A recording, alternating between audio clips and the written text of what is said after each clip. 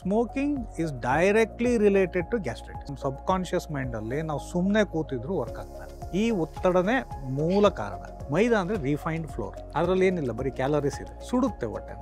ಯಾವಾಗ oil repeated ಆಗಿ fry ಆಗುತ್ತೆ, that is also becoming irritable. ಒಬ್ಬಟ್ಟು ಹೋಳಿಗೆ ಎಲ್ಲ ಮಾಡ್ತಾರಲ್ಲ, ಅದು ತಿಂದಾಗ ಎದೆ ಉರಿಯುತ್ತೆ ಸಿಕ್ಕಾಪಟ್ಟೆ. ನಿಮಗೆ ಕರೆಕ್ಟಾಗಿ ನಿಮ್ಮ ಹೊಟ್ಟೆನಲ್ಲಿ ಗಾಯ ಇದೆಯೋ ಇಲ್ವೋ ಅಂತ ಗೊತ್ತಾಗಬೇಕು ಅಂದರೆ ಒಂದೇ test, endoscopy, simple. Dietary fat doesn't increase cholesterol.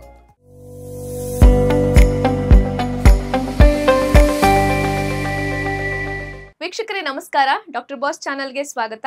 ನಾನು ಅಪೇಕ್ಷಾ ಜೈನ್. ನಮಗೆಲ್ಲ ಚಿಕ್ಕೋರು ಇರಬೇಕಾದ್ರೆ ಈ ಹೊರಗಡೆ ಹೋಗ್ಬಿಟ್ಟು ಹೋಟೆಲ್ಗಳಲ್ಲಿ ತಿನ್ನೋದು ಅಂದರೆ ಸಿಕ್ಕಾಪಟ್ಟೆ ಇಷ್ಟ ಇತ್ತು. ಯಾಕಂದರೆ ತಿಂಗಳಿಗೆ ಒಂದ್ಸಲನೋ 2 ಸಲನೋ ಹೋಗ್ಬಿಟ್ಟು ತಿಂತಾ ಇದ್ವಿ. ಆದರೆ ಇವತ್ತಿನ ಪರಿಸ್ಥಿತಿ ಹೆಂಗಿದೆ ಅಂತ ಹೇಳಿದ್ರೆ, ತಿಂಗಳಿಗೆ ಒಂದ್ಸಲ ಮನೆಗೆ ಹೋಗ್ಬಿಟ್ಟು ಮನೆ ಊಟ ಮಾಡ್ತಿದ್ದೀವಿ. ಸೊ ಎಂಥ ವಿಪರ್ಯಾಸ ಅಲ್ವಾ. ಒಂದು ಕಡೆ ಹೋಟೆಲ್ ಫುಡ್ನೇ ಮನೇಲಿ ಪ್ರಿಪೇರ್ ಮಾಡ್ತೀವಿ, ಪಿಜ್ಜಾ ಬರ್ಗರು ಅಂತ.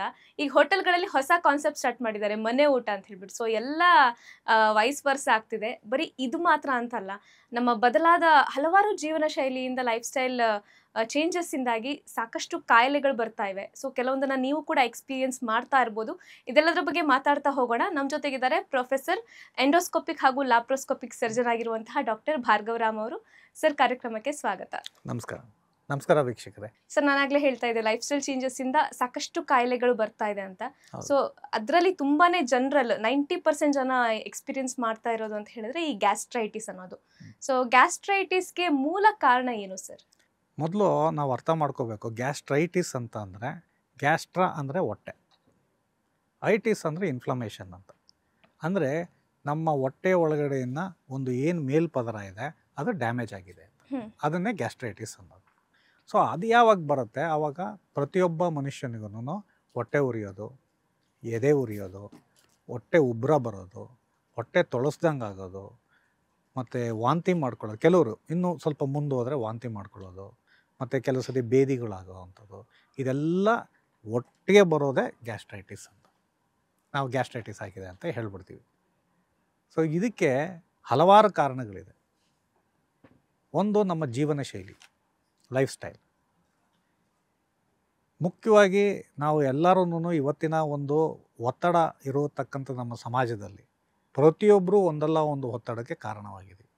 ಮನೇಲಿ ಕೆಲಸದಲ್ಲಿರ್ಬೋದು, ಹೋಗೋ ಕೆಲಸ ಇರ್ಬೋದು, ರೋಡಲ್ಲಿ ಹೋಗೋ ಅಂಥ ಟ್ರಾಫಿಕ್ ಇರ್ಬೋದು, ಅಥವಾ ಕೆಲಸ ಮಾಡೋ ಅಂಥ ಬಾಸ್ ಕಂಪ್ನಿಲಿ ಇರ್ಬೋದು, ಅಥವಾ ಫೈನಾನ್ಷಿಯಲ್ ಯಾವುದೋ ಲೋನ್ ಕಟ್ಟೋದಿರ್ಬೋದು.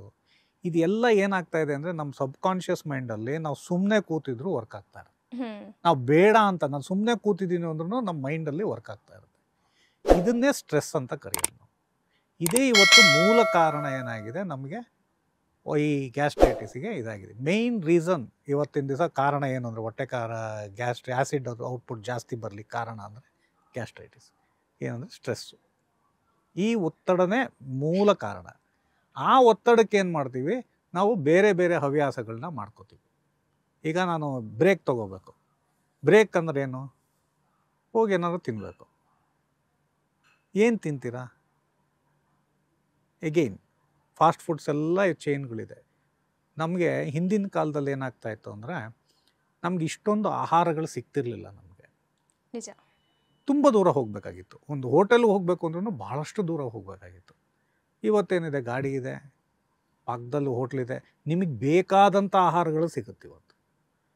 ಆದರೆ ನಾವು ಒಂದು ಯೋಚನೆ ಮಾಡಬೇಕಾಗಿರೋದೇನು ಅಂದರೆ, ಯಾವ ಥರ ಆಹಾರಗಳು ಸಿಗ್ತಾ ಇದೆ ಅಂತ. ಎಲ್ಲ ಫ್ರೈಡ್ ಐಟಮ್ಮು, ಮೈದಾಯಿಂದ ಮಾಡಿರೋತಕ್ಕಂಥ, ಈಗ ಪಿಜ್ಜಾ ಬರ್ಗರ್ ಅಂತ ಹೇಳಿದ್ರಿ, ಎಲ್ಲ ಮೈದಾಯಿಂದ ಮ್ಯಾನುಫ್ಯಾಕ್ಚರ್ ಆಗೋದು. ನೀವು ಬ್ರೆಡ್ ತೊಗೊಳ್ಳಿ, ಬನ್ ತೊಗೊಳ್ಳಿ, ಕೇಕ್ ತೊಗೊಳ್ಳಿ, ಎಲ್ಲ ಮೈದಾಯಿಂದ ಬರೋವಂಥದ್ದು. ಮೈದಾ ಅಂದರೆ ರಿಫೈನ್ಡ್ ಫ್ಲೋರ್, ಅದರಲ್ಲಿ ಏನಿಲ್ಲ, ಬರೀ ಕ್ಯಾಲರೀಸ್ ಇದೆ, ಸುಡುತ್ತೆ ಹೊಟ್ಟೆನ. ಎಂಟಿ ಕ್ಯಾಲರೀಸ್ ಅಂತ ಹೇಳಿ. ಎಂಟಿ ಕ್ಯಾಲರೀಸ್, ಹೊಟ್ಟೆ ಸುಡುತ್ತೆ, ಗಾಯ ಮಾಡುತ್ತೆ. ಆಮೇಲೆ ಈ ಎಲ್ಲ ಫ್ರೈಡ್ ಐಟಮ್ಮೇ ನಾವು ತಿನ್ನೋದು. ಯಾವಾಗ ಆಯಿಲ್ ರಿಪೀಟೆಡ್ ಆಗಿ ಫ್ರೈ ಆಗುತ್ತೆ, that is also becoming irritable, ಹೊಟ್ಟೆಗೆ ಗಾಯ ಮಾಡುತ್ತೆ. ಸೊ ಅದನ್ನು ತಿಂತೀವಿ ಹೋಗಿ. ಅದನ್ನು ತಿಂದಾಗ ಮೊದಲೇ ನನಗೆ ಸ್ಟ್ರೆಸ್ ಆಗಿದೆ, ಅದ್ರ ಜೊತೆಗೆ ಏನಾಗಿದೆ, ಈಗ ತಿಂದಿದ್ದೀನಿ, ಇನ್ನೊಂದು ಅರ್ಧ ಗಂಟೆ ಬಿಟ್ಕೊಂಡು ಮತ್ತೆ ಉರಿಯುತ್ತೆ. ಈಗೇನು ಮಾಡ್ತಾನೆ, ಬೇಜಾರಾಗಿದೆ, ಇಲ್ಲಿ ಕೆಲಸ ಮಾಡ್ತಾಯಿದ್ದೀನಿ, ಒತ್ತಡ ಜಾಸ್ತಿ ಆಗಿದೆ, ಈಗ ತಿಂದಿದ್ದೀನಿ, ಇನ್ನೊಂದು ಚೂರು ಜಾಸ್ತಿ ಆಯಿತು. ಈಗೇನು ಮಾಡೋದು, ಇರಪ್ಪ ಒಂದು ಸ್ಮೋಕ್ ಮಾಡೋಣ ತಲೆ ಕೆಡ್ತಾ ಇದೆ ಅಂದ್ಬಿಟ್ಟು ಸ್ಮೋಕ್ ಮಾಡ್ತಾರೆ. Smoking is directly related to gastritis. Okay. ನೀವು ಸ್ಮೋಕ್ ಮಾಡ್ತಿದ್ದಂಗೆ ಇಲ್ಲಿ ಅಸಿಡಿಟಿ ಜಾಸ್ತಿ ಆಗುತ್ತೆ. Directly it is inversely proportional ಅಂತ ಹೇಳ್ಬೋದು. ಡೈರೆಕ್ಟಾಗಿ ನೀವು ಅಲ್ಲಿ ಸ್ಮೋಕ್ ಮಾಡ್ತಾ ಇದ್ದಂಗೆ ಇಲ್ಲಿ ಹೊಟ್ಟೆ ಉರಿ ಸ್ಟಾರ್ಟ್ ಆಗುತ್ತೆ. ಸ್ಮೋಕಿಂಗ್ ಮಾಡ್ತಾರೆ. ಆದ್ದರಿಂದ ಡಾಕ್ಟ್ರುಗಳು ಹೇಳ್ತಾ ಇರ್ತಾರೆ ಸ್ಮೋಕ್ ಮಾಡಬೇಡಪ್ಪ, ನಿಲ್ಸಪ್ಪ ಅಂತ. ಆದ್ರೂ ಈ ಒತ್ತಡಕ್ಕೆ ಅವನಿಗೆ ಒಂಥರ ಈ ಕೆಫೀನ್ ಇರೋದ್ರಿಂದ ಅದರಲ್ಲಿ ಮೈಂಡ್ಗೆ ಏನಾಗುತ್ತೆ, ಅವನಿಗೆ ಕಾಮ್ನೆಸ್ ಸಿಗುತ್ತೆ. ಈಗ ನಾವು ದೂಷಣೆ ಮಾಡ್ಬೋದು, ಯಾಕಪ್ಪ ಸ್ಮೋಕ್ ಮಾಡ್ತೀಯ ಅಂತ. ಬಟ್ ಆ ಮನುಷ್ಯನಿಗೆ ಸ್ಮೋಕ್ ಮಾಡ್ತಾ ಇರಬೇಕಾದ್ರೆ ಕಾಮ್ನೆಸ್ ಬರುತ್ತೆ ಮೈಂಡ್ಗೆ, ಸ್ವಲ್ಪ ಸಮಾಧಾನ ಸಿಗುತ್ತೆ. ಇರಪ್ಪ ಇನ್ನೊಂದು ಹೊಡಿಯೋಣ ಅಂತ. ಬಟ್ ಅದು ಹೇಗೇನು ಇನ್ನೊಂಚೂರು ಜಾಸ್ತಿ ಮಾಡ್ತು. ತಿಂದಿದ್ದೊಂದು, ಸ್ಮೋಕ್ ಮಾಡಿದ್ದೊಂದು, ಒತ್ತಡ ಒಂದು, ಇವೆಲ್ಲ ಸೇರ್ಕೊಂಡು ಏನಾಗ್ತಾ ಇದೆ, ಇನ್ನೂ ಜಾಸ್ತಿ ಗಾಯ ಆಗ್ತಾ ಇದೆ. ಓಕೆ. ಆವಾಗ ಏನಾಗುತ್ತೆ, ಆ್ಯಸಿಡ್ ಸೆಕ್ರೀಷನ್ ಜಾಸ್ತಿ ಆಗ್ತಾ ಇದೆ ಹೊಟ್ಟೆನಲ್ಲಿ. ಬೇಸಲ್ ಆ್ಯಸಿಡ್ ಔಟ್ಪುಟ್ಗಿಂತ ಮೀರಿ ಆ್ಯಸಿಡ್ ಬರ್ತಾ ಇದೆ, ಅದು ಒಳಗಡೆ ಇನ್ನೂ ಗಾಯ ಆಗ್ತಾ ಇದೆ. ಅವಾಗ ಏನು ಮಾಡ್ತಾನೆ ಮನುಷ್ಯ, ಹಿಂಗೇನೋ ಆಗೋಗಿದೆ ಅಂತ ಅಂದ್ಬಿಟ್ಟು ಸಂಜೆ ಎಲ್ಲ ಡ್ಯೂಟಿ ಮುಗಿದ್ಮೇಲೆ ಮನೆಗೆ ಹೋಗ್ಬೇಕಾರೆ ಇನ್ನೊಂದಿಷ್ಟು ಕಾಮ್ ಆಗೋಣ. ಯಾರು ಫ್ರೆಂಡ್ಸ್ ಹೇಳ್ತಾರೆ, ತಲೆ ಅಪ್ಪ ಪ್ರೆಷರ್ ಇವತ್ತು ಭಾಳ ವರ್ಕ್ ಪ್ರೆಷರ್ ಆಗೋಯ್ತು ನಮಗೆ, ನಾವು ಹಾಸ್ಪಿಟಲ್ ಇದರಲ್ಲಿ ಕೆಲಸ ಮಾಡ್ತಾ ಪ್ರತಿಯೊಂದು ವರ್ಕ್ ಫೀಲ್ಡಲ್ಲಿ, ನಾನೇನು ಸ್ಪೆಸಿಫೈ ಮಾಡ್ತಾ ಇಲ್ಲ, ಇದೇ ವರ್ಕ್, ಎಲ್ಲ ವರ್ಕ್ಗಳು ಅವ್ನು ಸಣ್ಣದಿರ್ಬೋದು ದೊಡ್ಡದಿರ್ಬೋದು, ಅವನಿಗೆ ತನ್ನದೇ ಆದಂಥ ಒತ್ತಡಗಳಿರುತ್ತೆ. ಸೊ ಆ ಒತ್ತಡದ ಮಧ್ಯೆ ನಡಿಯಪ್ಪ ಹೋಗ್ಬಿಟ್ಟು ಒಂದು ಪೆಗ್ ಹಾಕ್ಬಿಡೋಣ ಅಂದ್ಬಿಟ್ಟು ಹೋಗ್ಬಿಟ್ಟು ಒಂದಿಷ್ಟು ಕುಡಿತಾರೆ ಆಲ್ಕೋಹಾಲ್. ಈಗೇನು alcohol also directly causes spirit, ಅದು ethyl alcohol spirit, that also directly damages your stomach lining, ಹೊಟ್ಟೆನ ಒಳಗಡೆ ಗಾಯ ಮಾಡುತ್ತೆ. ಅದ್ರ ಜೊತೆಗೆ ಬರೀ ಕುಡಿತಾರಾ, ಅದ್ರ ಜೊತೆಗೆ ಫ್ರೈಡ್, ಏನು ಚಿಕನ್ ಫ್ರೈಡು ಇಲ್ಲ ಫಿಂಗರ್ ಚಿಪ್ಸು ಈ ಥರದ್ದು ಎಲ್ಲ ಫ್ರೈಡ್ ಐಟಮ್, ಸ್ಪೈಸಿ ಕ್ರಂಚಿ ಆಗಿರೋದು ತಿಂತಾರೆ. Again the same thing damages. So ಈ ಆಹಾರಗಳೆಲ್ಲ ಏನಾಗುತ್ತೆ, ಫ್ರೈಡ್ ಫುಡ್ಡು, ಈ ಮಸಾಲ ಇರೋದು, ಮೈದಾ ಇರೋವಂಥದ್ದು, ದಾಲ್ ಇದೆಯಲ್ಲ, ಬೇಳೆಗಳು ಬಹಳ ಗ್ಯಾಸ್ಟ್ರೈಟಿಸ್ ಕಾಸ್ ಮಾಡುತ್ತೆ. But that's a staple food ಅಲ್ವಾ ಸರ್? ಸ್ಟೇಪಲ್ ಫುಡ್ ಅದನ್ನೇ ಮೊದಲು ಸಾಂಬಾರಿಗೆ ಸ್ವಲ್ಪ ಯೂಸ್ ಮಾಡ್ತಿದ್ದ, ಈಗೆಲ್ಲ ಬಟರ್ ಇದನ್ನ ದಾಲ್ನೇ ತಿಂತೀವಲ್ಲ ಎಕ್ಸೆಸಿವ್ ಆಗಿ. ದಾಲ್ ತಡ್ಕ ಅವು ಇವು ಅಂತ ಬಂದಿದೆ. ಅದು ಎಲ್ರಿಗೂ ಆಗೋದಿಲ್ಲ. ಈ ದಾಲಲ್ಲಿ ಎಸ್ಪೆಷಲಿ ಎಲ್ರಿಗೂ ಆಗಲ್ಲ. ಅದು ನೋಡಬೇಕು ಒಬ್ಬ ಮನುಷ್ಯ, ಪ್ರತಿಯೊಬ್ಬ ಮನುಷ್ಯನೂ ಕೂತ್ಕೊಂಡು ನೋಡಬೇಕು. ಅವನಿಗೆ ಹೊಟ್ಟೆ ಉರಿತಾ ಇದೆ ಅಂದರೆ ಅವ್ನು ಬೆಟರ್ ಅವಾಯ್ಡ್ ಮಾಡೋದು ಒಳ್ಳೇದು. ಎಲ್ರಿಗೂ ಆಗಲ್ಲ ದಾಲ್ ತಿಂದ್ರೆ, ಕೆಲವರಿಗೆಲ್ಲ ಟಾಲರೇಟಬಲ್ ಆಗುತ್ತೆ. Again genetics comes into play. ಈಗ ಇದು ಫಸ್ಟು ಲೈಫ್ ಸ್ಟೈಲ್ ಹೇಳ್ತಾ ಇದ್ದೀನಿ ನಿಮಗೆ. ಲೈಫ್ ಸ್ಟೈಲಲ್ಲಿ ಏನಾಗುತ್ತೆ, ಈಗ ಎಲ್ಲ ತಿಂದಾಗ ಏನಾಗುತ್ತೆ, ಎಲ್ಲ ಇನ್ನೂ ಜಾಸ್ತಿ ಆಗುತ್ತೆ. ಮನೆಗೆ ಹೋದಾಗ ಬೆಳಗ್ಗೆ ವಾಂತಿ ಮಾಡ್ಕೊಳ್ಳೋದು, ಹೊಟ್ಟೆ ಉರಿತಾ ಇದೆ, ಸಂಕಟ ತಡ್ಕೊಳಕ್ಕಾಗಲ್ಲ, ಹೊಟ್ಟೆ ಉಬ್ರ ಬರೋದು, ಎದೆ ಉರಿ ಬರೋದು, ಎದೆ ಉರಿ ಅಂದ್ಕೊಂಡು ಆವಾಗ ಏನು ಮಾಡ್ತಾರೆ, ಅಲ್ಲೇ ಮೆಡಿಕಲ್ ಸ್ಟೋರ್ಗೆ ಹೋಗಿ ಕೇಳ್ತಾರೆ, ಅವ್ರೇನೋ ಒಂದಿಷ್ಟು ಮಾತ್ರೆ ಕೊಡ್ತಾರೆ, ಏನೋ ಕೊಡ್ತಾರೆ, ಕುಡಿತಾರೆ, ಸಮಾಧಾನ ಆಗುತ್ತೆ, ಸುಮ್ಮನಾಗ್ತಾರೆ. ಇದ್ರ ಜೊತೆಗೆ ಜೆನೆಟಿಕ್ಸ್ ನಮ್ಮ ಹುಟ್ಟಿನಿಂದ ಬರೋದು, ನಮ್ಮ DNA ಹೇಗಾಗಿದೆ, ಅದರಲ್ಲಿ ಏನಾಗುತ್ತೆ ಅಂತ ಅಂದರೆ ಕೆಲವ್ರಿಗೆಲ್ಲ ಈ ಆ್ಯಸಿಡಿಟಿ ಪ್ರಾಬ್ಲಮ್ ಸಿಕ್ಕಾಪಟ್ಟೆ ಇರುತ್ತೆ. ಆ್ಯಸಿಡ್ ಔಟ್ಪುಟ್ಟೆ ಅವ್ರಿಗೆ ಹುಟ್ಟುತ್ತಾನೇ ಜಾಸ್ತಿ ಇರುತ್ತೆ. ಮತ್ತು ಕೆಲವು ಫುಡ್ಗೆ ಸೆನ್ಸಿಟಿವಿಟಿ ಇರುತ್ತೆ.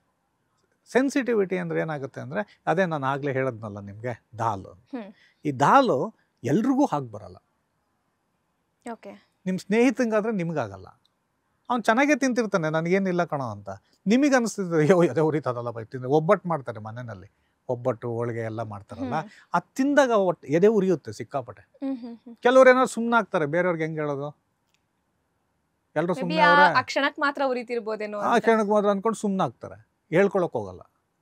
ಆಕ್ಚುಲಿ ಮಿಲ್ಕ್ ಇಂಟಾಲರೆನ್ಸ್ ಬಗ್ಗೆ ಕೇಳಿದ್ದೆ, ದಾಲ್ ಇಂಟಾಲರೆನ್ಸ್ ಇದೆ, ಅದು ತುಂಬಾ ಉರಿಯುತ್ತದು. ಓಕೆ. ಸೊ ಹಂಗಾಗಿ ಏನಾಗುತ್ತೆ ಅಂದ್ರೆ ಇದು ಹೀಗೆ ಮುಂದೆ ನೋಡ್ಕೊಂಡು ಹೋಗುತ್ತೆ. ಈ ಹೊಟ್ಟೆ ಉರಿಯೋದು ಇದೆಲ್ಲ ಹೀಗೆ ನಡ್ಕೊಂಡು ಹೋಗುತ್ತೆ. ಹೀಗೆ ಏನೋ ಕುಡಿತಾರೆ, ಅಥವಾ ಮೆಡಿಕಲ್ ಸ್ಟೋರಲ್ಲಿ ಕೆಲವು ಪ್ರೋಟಾನ್ ಪಂಪ್, ಇಲ್ಲ ಅಂದರೆ ಕೆಲವು ಆ್ಯಂಟಾಸಿಡ್ ಮೆಡಿಕೇಶನ್ಸ್ ಇರುತ್ತೆ, ತಗೋತಾರೆ, ತಾತ್ಕಾಲಿಕವಾಗಿ ಕಮ್ಮಿ ಮಾಡ್ಕೋತಾರೆ.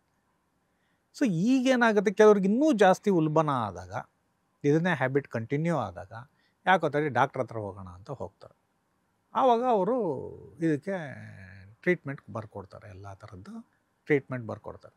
ಅದು ಪ್ರಾಥಮಿಕವಾಗಿ ಈ ಥರ ಪ್ರೋಟಾನ್ ಪಂಪ್ ಇನ್ಹಿಬಿಟರ್ಸು ಅಥವಾ ಈ ಸಿರಪ್ಗಳು ಎಲ್ಲ ಬರ್ಕೊಡ್ತಾರೆ. ಈಗ ಪ್ರಶ್ನೆ ಬರುತ್ತೆ, ಎಷ್ಟು ದಿನ ತಗೋಬೇಕು ಇವನು ಅಂತ. ಇಲ್ಲೇ ಪ್ರಾಬ್ಲಮ್ ಆಗ್ತಾ ಇರೋದು. ಕೆಲವ್ರು ಹೇಳ್ತಾರೆ ಈ ಡಾಕ್ಟ್ರ್ ಹತ್ರ ಹೋದೆ ವಾಸ ಆಗಲಿಲ್ಲ, ಆ ಡಾಕ್ಟ್ರ್ ಹತ್ರ ಹೋದೆ ವಾಸ ಆಗಲಿಲ್ಲ, ಇನ್ನೊಬ್ರ ಹತ್ರ ಹೋದೆ ವಾಸ ಆಗಲಿಲ್ಲ ಅಂತ. ಯಾಕೆ ವಾಸ ಆಗ್ತಾಯಿಲ್ಲ? ತಗೊಂಡ್ಮೇಲೆ ವಾಸ ಆಗಬೇಕಾಗಿತ್ತು. ಕಮ್ಮಿ ಆಗುತ್ತೆ ಮತ್ತು ಅದೇ ಕತೆ. ಅದು ಏನಾಗುತ್ತೆ ಅಂತಂದರೆ, ಈಗ ನಾವು ಅರ್ಥ ಮಾಡ್ಕೋಬೇಕು, ಈಚೆ ಕಡೆ ಎಲ್ಲಾದರೂ ಗಾಯ ಆದರೆ ನಾವು ಬ್ಯಾಂಡೇಜ್ ಮಾಡ್ತೀವಿ, ಅದಕ್ಕೊಂದು 15 ದಿನ ಟೈಮ್ ಕೊಡ್ತೀವಿ, ದಿನ ಕ್ಲೀನ್ ಮಾಡ್ತೀವಿ, ಅದಕ್ಕೆ ಔಷಧಿ ಹಚ್ತೀವಿ, ರೆಸ್ಟ್ ಕೊಡ್ತೀವಿ, ಒಣಗುತ್ತೆ. ನೀವು ರೆಸ್ಟ್ ಎಲ್ಲಿ ಕೊಡ್ತೀರಾ? ದಿನ ಊಟ ಮಾಡ್ತಲೇ ಇದ್ದೀರಾ ಅದೇ ಗಾಯದ ಮೇಲೆ. ಉಪವಾಸ ಮಾಡ್ಬೇಕಾ ಸರ್? ಉಪವಾಸ ಅಂತಲ್ಲ, ನೀವು ಅದನ್ನೇ ತಿಂತಾ ಇದ್ದೀರಾ ಆ ಗಾಯದ ಮೇಲೆ, ಮತ್ತು ಅದೇ ಆಹಾರ ತಿಂತಿದ್ದೀರಾ. ನೀವು ಲೈಫ್ ಸ್ಟೈಲ್ ಬದಲಾವಣೆ ಮಾಡ್ಕೊಂಡಿಲ್ಲ, ಯಾವುದನ್ನೂ ಬದಲಾವಣೆ ಮಾಡ್ಕೊಂಡಿಲ್ಲ. ಆ ಡಾಕ್ಟ್ರು ಹೇಳಿರಲ್ಲ, ಸ್ವಲ್ಪ ಏನೋ ಹೇಳಿರ್ತಾರೆ, ಸ್ವಲ್ಪ ಖಾರ ತಿನ್ನಬೇಡಿ, ಅದು ತಿನ್ನಬೇಡಿ ಅಂತ. ಈ ದಾಲ್ ಅಂತೂ ಎಲ್ಲ ಸಾಂಬಾರಲ್ಲಿ ಮಸಾಲೆ ಐಟಮು ಎಲ್ಲ ಇದ್ದೇ ಇರುತ್ತೆ, ತಿಂತಲೇ ಇದ್ದೀರಾ. ಗಾಯ ಹೆಂಗೆ ವಾಸ ಆಗಬೇಕು? ನೀವು ಒಂದು 5 ದಿನ ತೊಗೊಂಡ್ರೆ ಪ್ರತಿಯೊಂದು ಗಾಯ ವಾಸ ಆಗಬೇಕು ಅಂದ್ರೂ ಮಿನಿಮಮ್ ನೀವು ಒಂದು 15ರಿಂದ 1 ತಿಂಗಳು ಇವೆಲ್ಲ ಮೆಡಿಕೇಶನ್ಸ್ ಕರೆಕ್ಟಾಗಿ ತೊಗೋಬೇಕು. ಆವಾಗ ಅಲ್ಲಿ ಗಾಯ ವಾಸ ಆಗುತ್ತೆ.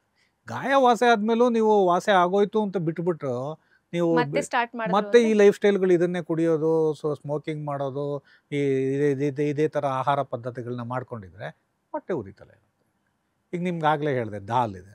ಒಬ್ಬ ಮನುಷ್ಯ ಕೂತ್ಕೊಳ್ಳೋ ಮುಂದೆ ಇವತ್ತು ನನ್ನ ಹೊಟ್ಟೆ ಚೆನ್ನಾಗಿದೆ, ಈಗ ಚೆನ್ನಾಗಿದೆ, ಈಗ ಏನು ತೊಂದರೆ ಇಲ್ಲ, ಈಗ ಒಬ್ಬಟ್ಟು ತಿಂತಾ ಇದ್ದೀನಿ ಅಥವಾ ಯಾವುದೋ ಒಂದು ಆಹಾರ ತಿಂದು ಹೊಟ್ಟೆ ಉರಿತದೆ ಅಂದರೆ ಆ ಆಹಾರ ನಿನಗೆ ಆಗಲ್ಲ.